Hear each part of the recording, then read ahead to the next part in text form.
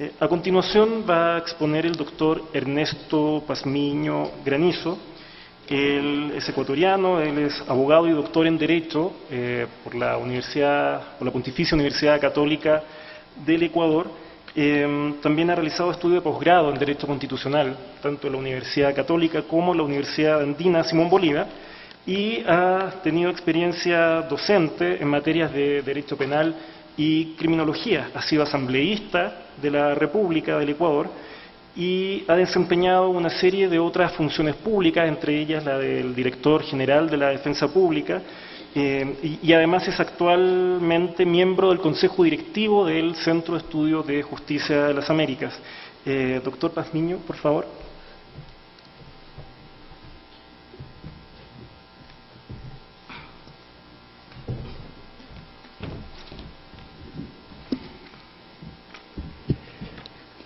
Gracias por la presentación. De mañana un poco la alegría de ver tanta gente presente aquí me mareó un poco y olvidé algunas cosas, principalmente saludar la presencia de la presidenta del Consejo Contencioso Electoral, del Tribunal Contencioso Electoral, la doctora Catalina Castro, es defensora pública de la doctora Cecilia Armas, fiscal general adjunta, vino en representación del fiscal general, y sobre todo me olvidé algo de saludar la presencia de los defensores públicos, que son la parte más sacrificada de estos procesos de reformas. Gracias por estar acá con nosotros. Algunos amigos extranjeros me han hecho una pregunta fuera en el BREI. ¿A quién pertenece la defensa pública en el Ecuador? Y quiero comentarles algo muy rápido, así agárrense duro de las sillas porque pueden, la sorpresa hacer es que se asusten mucho. En el Ecuador no existía defensoría pública, pese a que desde el año 2001 vivimos un código procesal penal acusatorio y no había la parte fundamental que era la defensoría. Recién en el año 2010, hace 2 años en octubre, con la vigencia de la nueva Constitución, se crea la defensa pública como un órgano autónomo de la función judicial, autónomo totalmente, hasta en el proceso de designación de su defensor público general. Aquí no le elige ninguna función ejecutiva, legislativa, ni nada por el Estado. Una comisión ciudadana que se conforma para este proceso, termina el proceso y esta comisión desaparece. No le debemos a nadie. Por eso somos autónomos absolutamente en todo, en gestión técnica, en gestión administrativa, financiera, de personal, etc. Y eso es un orgullo para el Ecuador de casi ser la única defensa pública que, de no existir, ahora está regulada en la Constitución. La Constitución es la que nos determina que la Defensoría es autónoma, pero con un reto inmenso, inmenso.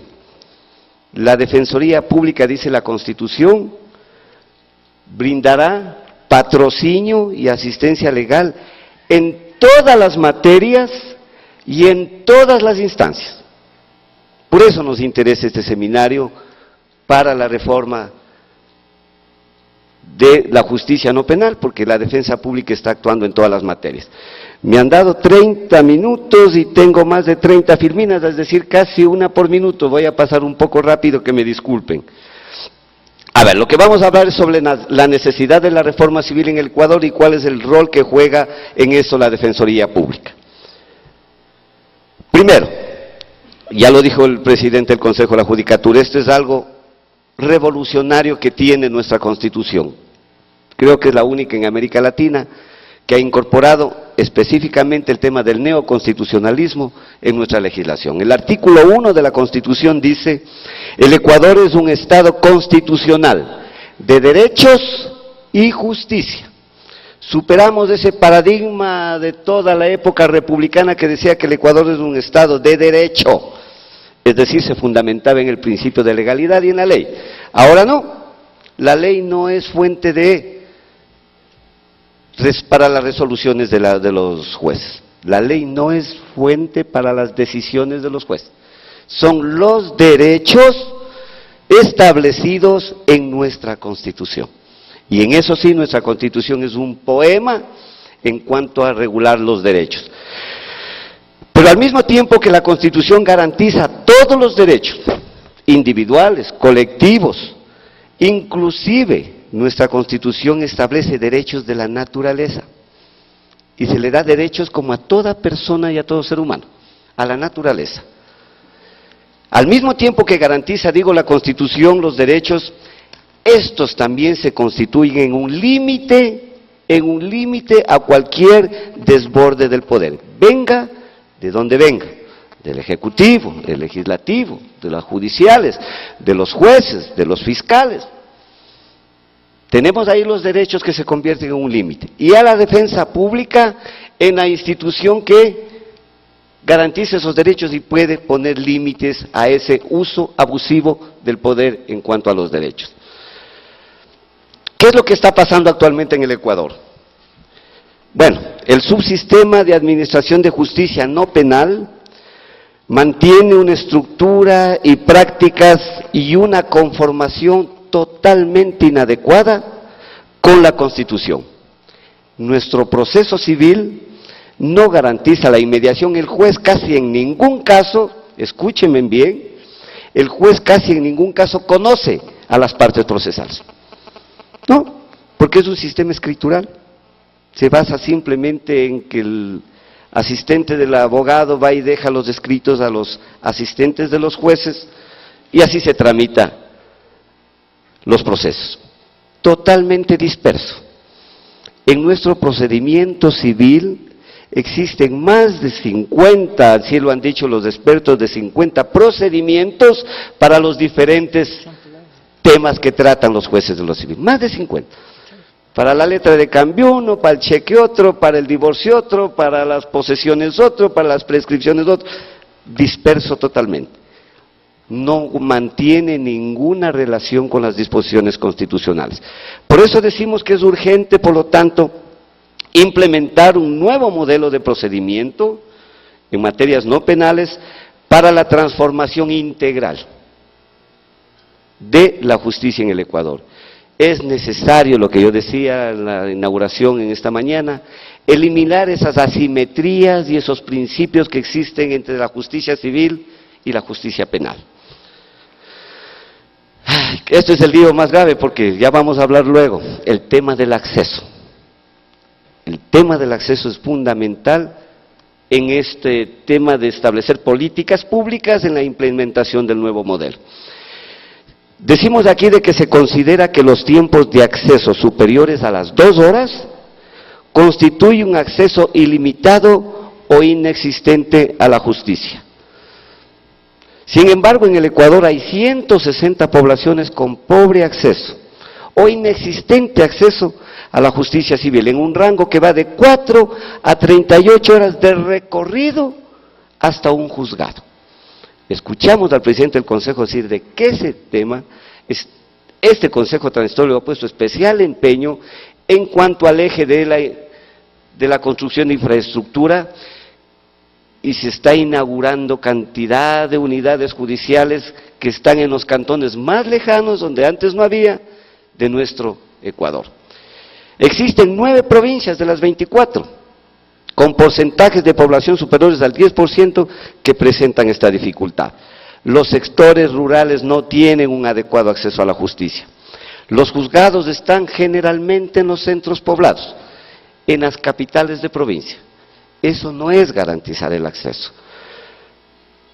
485,000 habitantes, correspondiente a 160 parroquias, tienen un inexistente acceso a los servicios de justicia.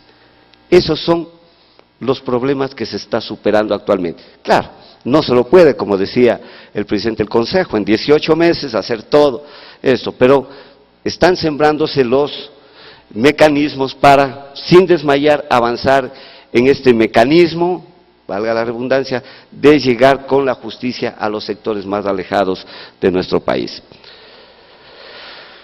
El índice de indefección en el Ecuador.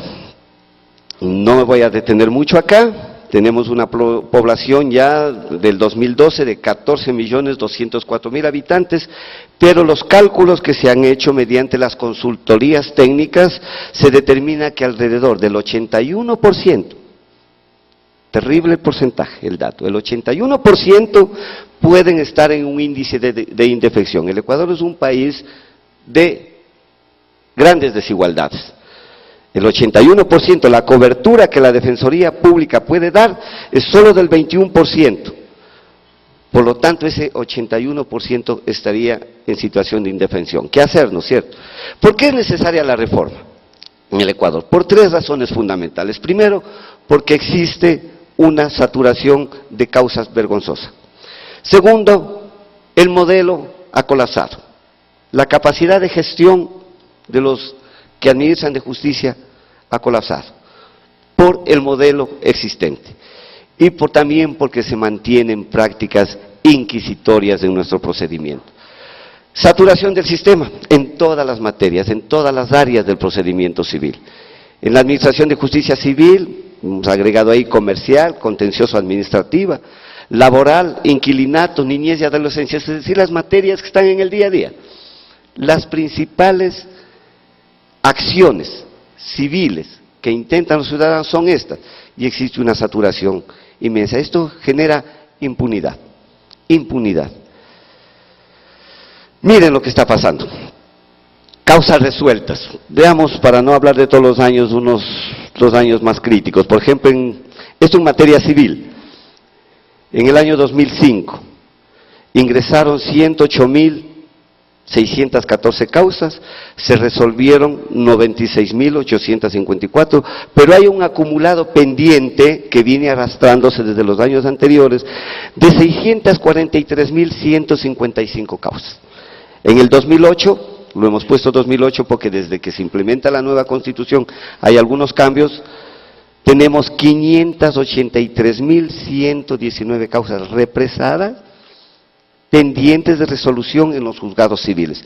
El Consejo de la Judicatura Transitoria ha hecho un esfuerzo inmenso, contratando jueces ocasionales, suplentes, temporales, etcétera, para disminuir este porcentaje que resulta una ignominia. En materia del trabajo sucede algo igual, algo parecido. Si bien aquí las causas pendientes han ido bajando, no sé si la luz se lo puede ver allá, no. Bueno, terminamos el 2008 con 17.800 causas represadas. En inquilinato sucede algo igual. Miren, 20.318 causas represadas, casi el porcentaje se mantiene en todos los años. Y en niñez y adolescencia es lo más grave. O sea, el interés superior del niño no ha sido observado en esta organización judicial que existía hasta el 2002.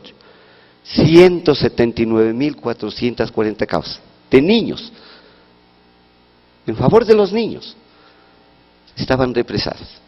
Una impunidad absoluta, una violación a los tratados internacionales, a los derechos humanos.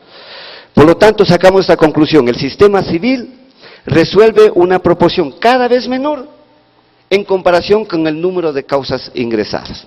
Esto hay que evitarlo. La capacidad de gestión. Miren, la producción y productividad de los jueces civiles en el Ecuador.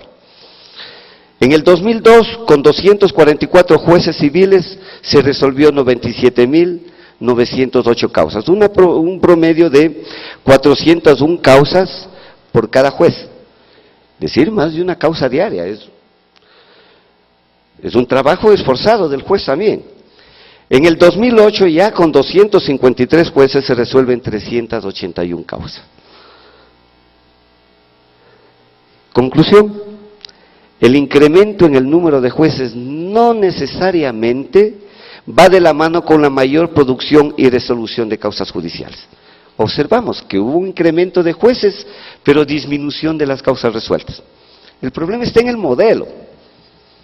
El problema está en el modelo. No creamos de que si contratamos 1.000 jueces más, el problema se resuelve. No, si no existe una reforma estructural del sistema, el problema no se resuelve. Aquí está como se piensa de que para generar más seguridad ciudadana hay que contratar más policías. Y no es así. Aquí en el Ecuador se nos ha demostrado que mientras más policías se ha contratado, no es que ha disminuido el problema de inseguridad. El problema son de políticas públicas y de modelos de gestión y de cambios del sistema. A ver, ¿por qué hablamos de prácticas inquisidoras? Ustedes ojalá puedan leer, hay unas letras muy pequeñas. Primero, aquí hay algunos jueces civiles, funcionarios de las cortes que van a coincidir conmigo, sin duda. ¿Por qué hablamos de prácticas inquisitorias? Primero, se analizan las pruebas en el procedimiento. Decimos que no, porque existe en nuestro modelo civil la preponderancia absoluta de la prueba testimonial. Todo se resuelve en la mayoría de juicios con el testimonio de las personas. Los testigos son los que deciden o no un proceso. Segundo, la verosimilitud de declaratoria de parte. Lo que dice el actor o el demandado, el juez lo considera como algo probado. Y no me van a dejar mentir, la mayoría de procesos en el Ecuador se sigue en ausencia del demandado. ¿Por qué? Solo con el juramento del actor, el juez da por hecho de que desconoce su domicilio. Y se continúa el proceso en ausencia de una de las partes. Divorcios, prescripciones, reivindicaciones, juicios difíciles, complicados. El actor dice, bajo juramento desconozco, no conocer el domicilio, y el juez lo da por hecho y continúa el procedimiento sin una de las partes. ¿Se motivan los fallos? No. Si alguien me dice lo contrario, que me demuestre. Puede ser esporádicamente, con algún juez un poco progresista, que motive los fallos. Se reproduce casi textualmente la demanda y la contestación a la demanda.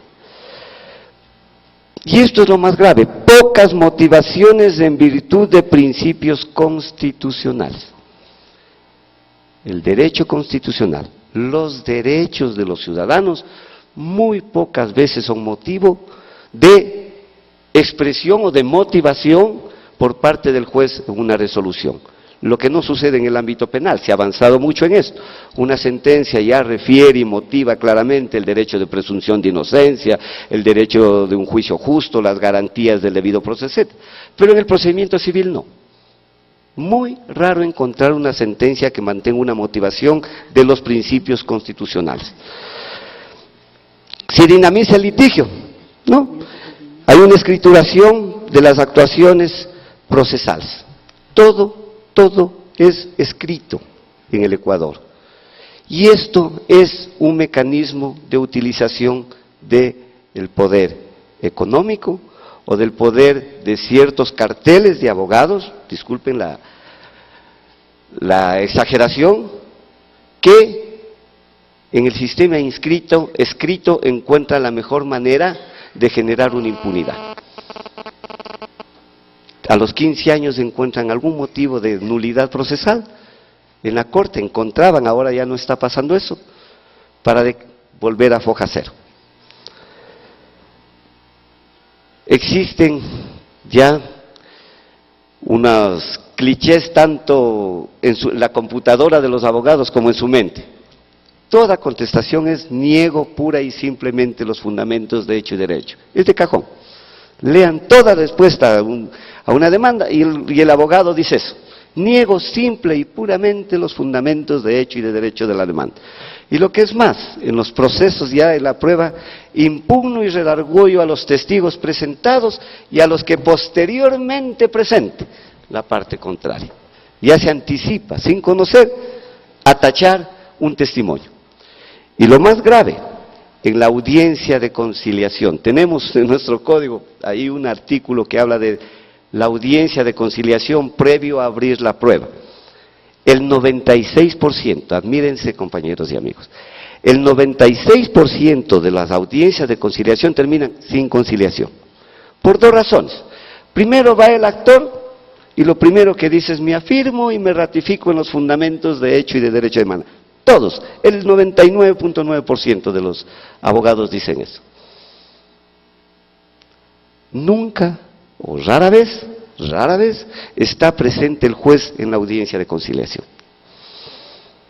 La audiencia de conciliación lo pasa o el secretario del juzgado o el amanuense del juzgado. No hay la cultura de la conciliación. Es imposible, el 96%. El juez pregunta antes de la audiencia, ¿Las partes van a llegar a algún acuerdo? No, entonces que lo haga el acta el secretario. Ningún esfuerzo del juzgador, del juez, para motivar a las partes a que lleguen a una conciliación y pongan término en etapas tempranas de un juicio civil a una causa. Es la cultura. Por eso hablamos de que la reforma civil, por lo tanto, constituye un cambio radical en la administración de justicia, pues la mayor saturación, la impunidad y la deserción. Si tengo que caminar 4 horas para ir al juzgado, caminaré el primer mes, pero después la causa se me queda ahí. La impunidad y la deserción de las causas se dan precisamente en las materias no penales, ojo, y no le hemos parado bola a esto. El grave problema de la impunidad en el Ecuador está en materias no penales. Y no hemos hecho un esfuerzo por modernizar el sistema de justicia no penal. Especialmente en la rama civil, como ya habíamos visto, niñez y adolescencia, inquilinato laboral es lo más grave.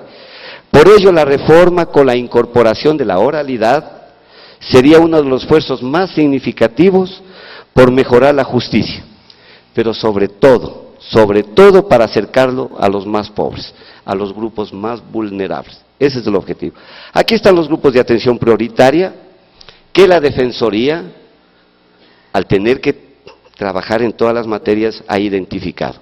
Esto es importante que las defensas públicas, como las nuestras, que son pocos países en América que tienen este reto de proporcionar asistencia jurídica en todas las materias, deben identificar cuáles son los grupos de atención de la defensa. Nosotros no queremos competir con los abogados en libre ejercicio de la profesión, una competencia que puede ser hasta desleal. Las defensas públicas tienen que ocuparse de el patrocinio de los grupos vulnerables, de los grupos más pobres. El que tiene dinero, vaya y contrate un abogado particular, vaya y contrate un abogado privado. No puede ser posible que con dineros del Estado se pretenda solucionar un litigio privado de personas que gozan de una posición económica adecuada. No, aquí en el Ecuador, y lo dice la Constitución, la Defensoría es para los grupos vulnerables. Y nuestra Constitución reconoce, entre otros, los grupos que nosotros estamos identificando acá, que son las personas que están en situación socioeconómica de desventaja, es decir, los pobres, que hay muchos, las personas con discapacidad o capacidades especiales, lo dice nuestra Constitución, los que están en situación de analfabetismo, en materia penal los privados de la libertad, los niños, niñas, adolescentes, adultos mayores, mujeres embarazadas, personas en situación de victimización o riesgo, personas en situación de movilidad humana y sobre todo las personas pertenecientes a pueblos y nacionalidades indígenas, afros y montubios y mestizos del Ecuador. Tenemos aquí en el país una interculturalidad muy rica. Nuestra Constitución, como ya se explicó antes, dice que el Ecuador es un Estado plurinacional, ¿sí? Plurinacional, porque aquí convergen algunas nacionalidades, porque tienen su propio territorio, tienen su propio idioma y sus propias costumbres, y su propia administración de justicia, que desde la Defensoría Pública lo respetamos y lo estamos fortaleciendo. Extensión. Bueno, ante esta disposición constitucional, la Defensa Pública ha extendido sus líneas de acción ya a materia civil. Principalmente trabajamos acá ya en divorcios y unos de hechos. Nosotros no fomentamos los divorcios, defendemos a la parte demandada. Creemos de que no con dineros públicos podemos fomentar una demanda de divorcio, defendemos a quien ha sido demandado con una acción de divorcio, reconocimiento de hijos, prescripciones adquisitivas de dominio. Esto es fundamental. En un país de exclusiones, las prescripciones son uno de los temas que más recurrentemente se presentan. Temas de tierras, hay alrededor de 1.700.000. Miren, casi el 1.5% de los ecuatorianos que no tienen legalizados sus predios. Tienen un pedazo de terreno en el área rural, pero no tienen una escritura. No pueden ser sujetos de crédito, no pueden incorporar su trabajo a la producción nacional, no pueden incorporarse a la política pública de seguridad alimentaria, etc. La Defensa Pública está brindando este servicio gratuito Y es por eso que nos interesa la reforma judicial en el área penal. Bueno, aquí están todos los servicios que ahora brindan la Defensoría Pública en niñez y adolescencia, algunos temas: alimentos, visitas, recuperación, ayuda prenatal, tenencia. En materia civil, los que más o menos les vengo explicando. Laboral, nosotros patrocinamos exclusivamente al trabajador, es una política pública nuestra, no patrocinamos al empleador, sería para mí procedente y por eso hemos tomado esa política acá. Inquilinato, única y exclusivamente en temas de vivienda.